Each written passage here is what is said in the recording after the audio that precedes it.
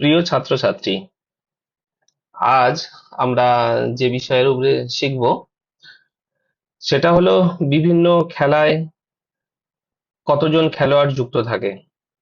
পিএসসির বিভিন্ন পরীক্ষায় এই রকম প্রশ্নগুলো দিতে দেখা গেছে। আশা করছি যারা তোমরা নিয়মিত প্রিপারেশন করছো এই রকম প্রশ্নের সম্মুখীন হয়েছো।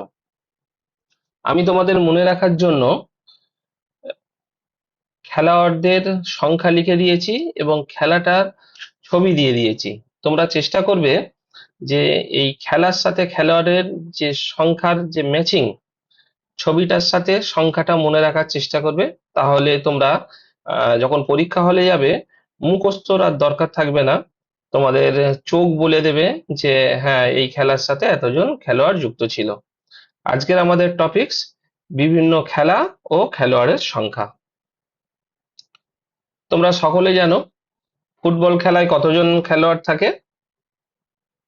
11 জন। ঠিক একইভাবে ক্রিকেট খেলায় তোমরা জানো সকলে যে ক্রিকেট খেলায়ও 11 জন খেলোয়াড় থাকে। এইগুলো কমন, সচরাচর ফুটবল ক্রিকেট থেকে কোশ্চেন আসে না, তবু তোমরা জেনে রাখবে। যেগুলো আনকমন আছে সেখান থেকে তোমাদের মনে রাখার বিষয় থাকে। আমরা এখন দেখব ব্যাডমিন্টন খেলায় কতজন করে খেলোয়াড় থাকে। ব্যাডমিন্টন খেলায় একটি দলে একজন অথবা দুজন করে খেলোয়াড় থাকে। মানে একজনের অপোনেন্টে একজনও থাকতে পারে, বা একজনের সাথে আরেকজন থাকলো, দুজন অপোনেন্টেও দুজন থাকে।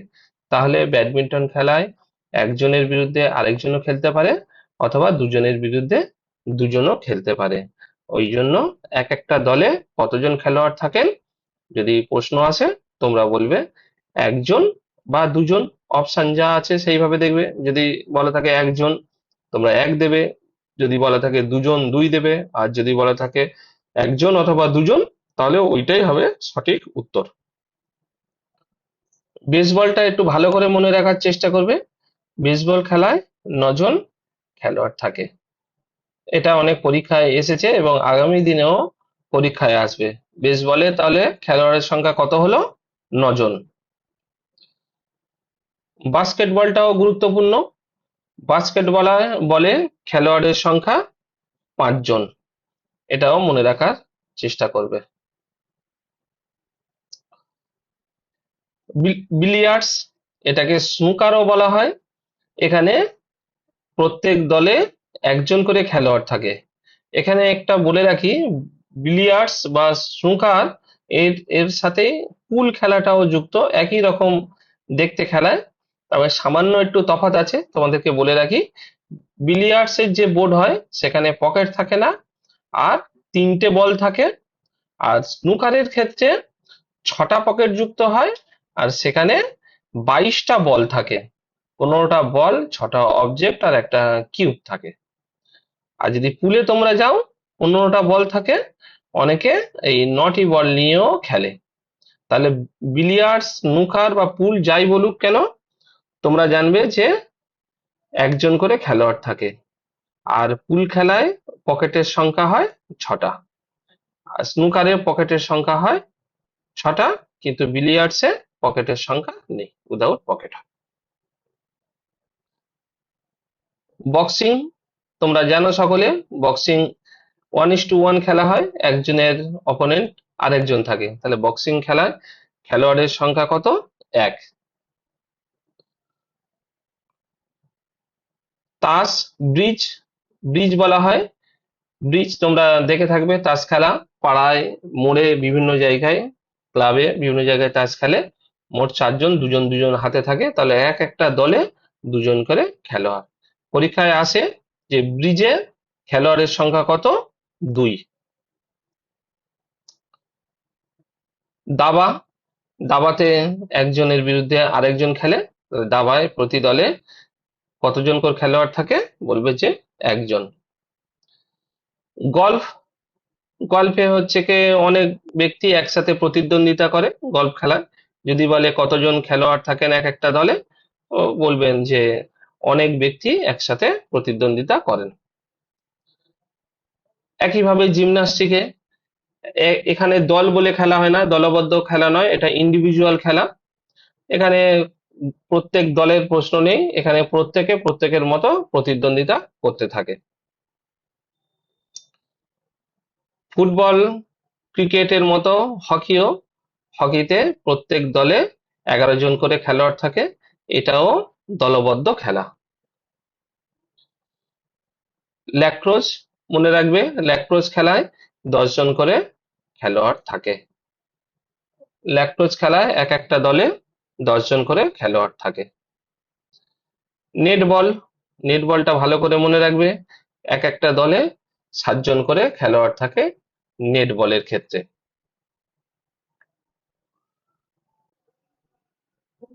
ব্যাডমিন্টনের মতো আমরা দেখব লন টেনিস। লন টেনিসেও একইভাবে এখানে খেলোয়াড়ের সংখ্যা লন টেনিসে 1 বা 2 হতে পারে। এক কেন, একজনের বিরুদ্ধে যখন একজন খেলবে, আর হচ্ছে কে দুজনের বিরুদ্ধে যখন দুজন খেলবে। এখানে মনে রাখবে তোমরা, যখন একজন মেল অপোনেন্টে একজন মেল থাকবে তখন বলা হয় মেল সিঙ্গেল, আর যখন দুজন মেল অপোনেন্টেও দুজন মেল থাকবে তাহলে মেন ডাবলস। আর একইভাবে যখন আহ, একজন ওমেন অপোনেন্টেও একজন ওমেন খেলবে তখন ওমেন সিঙ্গেল, আর যখন দুজন ওমেন অপোনেন্টে দুজন ওমেন তখন তোমরা বলবে যে ওমেন ডাবলস। আর এখানে আবার মনে রাখবে, এখানে মিক্স ডাবলও হয়। মিক্স ডাবল মানে একজন ওমেন সঙ্গে একজন মেন নিয়ে একটা টিম, এপারেও একজন ওমেন একজন মেন নিয়ে একটা টিম, তাহলে তখন বলবে যে মিক্স ডাবলস। তাহলে ব্যাডমিন্টন খেলায় যেমন এক অথবা দুজন এক একটা দলে থাকতো, ঠিক লন টেনিসের ক্ষেত্রেও এক একটা দলে একজন, মানে সিঙ্গেল সিঙ্গেলও খেলতে পারে, আবার দুজন দুজনও খেলতে পারে, তাহলে ডাবলস খেলতে পারে।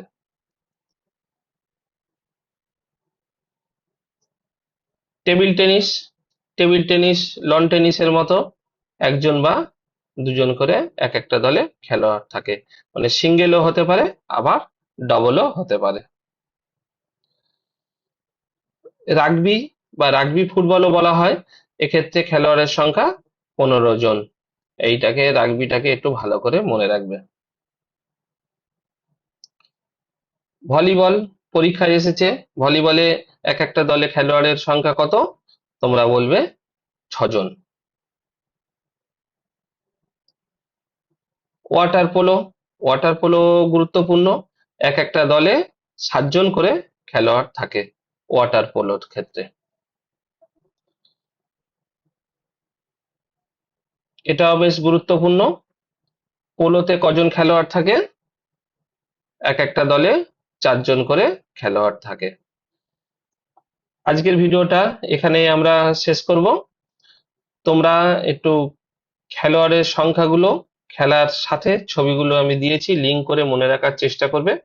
বিভিন্ন পরীক্ষায় পুলিশের থেকে আরম্ভ করে, পঞ্চায়েত থেকে আরম্ভ করে, আইসিডিএস থেকে আরম্ভ করে রেলেও দেখা গেছে যে খেলোয়াড়ের সংখ্যা খেলার সাথে কতজন যুক্ত থাকে এই রকম প্রশ্ন আসতে দেখা গেছে। সকলকে ধন্যবাদ, সকলে ভালো থেকো।